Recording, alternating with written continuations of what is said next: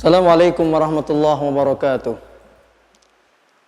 Alhamdulillahil qail. A'udzu billahi minasy syaithanir rajim. Ya ayyuhan nasu qad ja'atkum mau'izatun min rabbikum wa shifaa'un lima fis sudur wa hudan wa rahmatun lil mu'minin. Sadaqallahul azim. Pemirsa Banten TV rahimakumullah.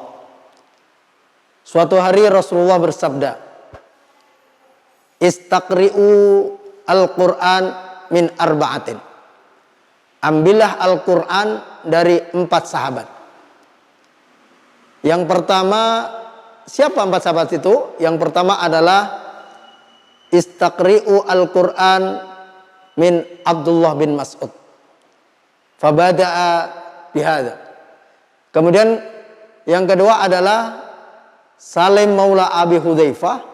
Lalu yang ketiga adalah Mu'ad bin Jabal. Dan yang keempat adalah Ubay bin Ka'ab. Pemirsa dimanapun Anda berada, subhanallah.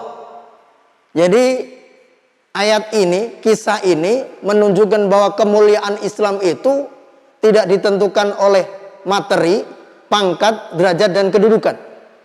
Yang pertama, Rasulullah merekomendasi mengambil Al-Quran dari Abdullah bin Mas'ud, seorang mantan budak.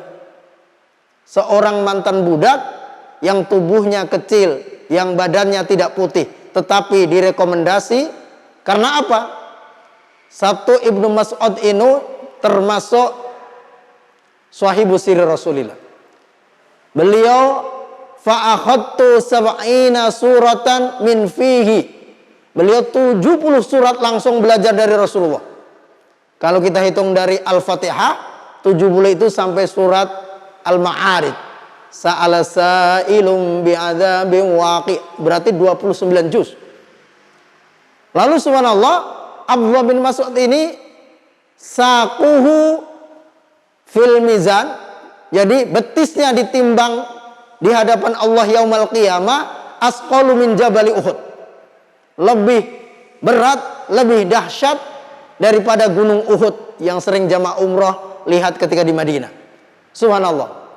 Ini Abdullah bin Mas'ud yang dulunya mantan budak, yang dulunya mantan penggembala kambing, ketika dapat hidayah Al-Quran, ternyata orang pertama yang direkomendasi oleh Rasulullah untuk belajar kepada beliau.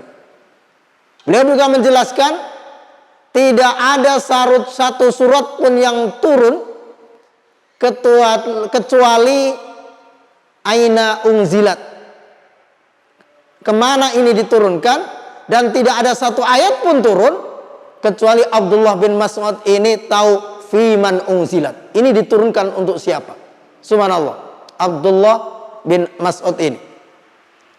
Subhanallah, suatu hari diceritakan bahwa belum pernah ada orang yang membaca Al-Quran dengan suara lantang dan bagus di Makkah Al-Mukarramah selain Rasulullah. Ini catatannya 2, lantang dan bagus.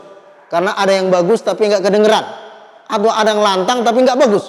Nah, yang paling banyak udah nggak bagus, nggak lantang. Lalu Abdullah bin Mas'ud mengatakan, demi Allah saya mau baca. Lalu sahabatnya mengatakan, jangan antum. Kenapa? Antum nggak punya backing, sampean itu nggak punya orang kenalan yang hebat. Kalau antum yang baca, nanti diserbu, dipukulin orang-orang kafir Quraisy yang tidak suka dengan Muhammad, tidak suka dengan Al-Quran, maka antum bakalan disiksa. Tetapi tetap dia dengan kekuatan imannya, beliau dengan kenekatan positifnya akhirnya baca. Lalu yang dibaca waktu itu surat Ar-Rahman sampai 4 ayat. Bismillahirrahmanirrahim. Ar-Rahman 'allamal Qur'an, khalaqal insan, 'allamahul bayan. Orang-orang kafir di sekitar Maqam Ibrahim ketika mendengarkan 4 ayat pertama mereka takjub, terkesima. Ini luar biasa. Ini pasti sesuatu yang hebat. Tetapi ketika mereka, oh itu yang diajarkan Muhammad, lalu emosinya muncul, kekafirannya nampak, lalu keegoisannya dimunculkan. Lalu Abdullah bin Mas'ud ini dipukulin. Tapi subhanallah, dia tetap meneruskan. Allamahul bayan, terus sampai akhir. Wa bi ayyi ala'i rabbikuma tukadziban, jeger. Setiap khalaqal insana min salsalin kal fakhar, jeger, sampai meneruskan sampai akhir surat, sampai selesai surat Ar-Rahman ini, dan babak belur dia. Lalu dibawa sama sahabat-sahabat yang lain. Aneh bilang juga apa? Jangan antum yang baca.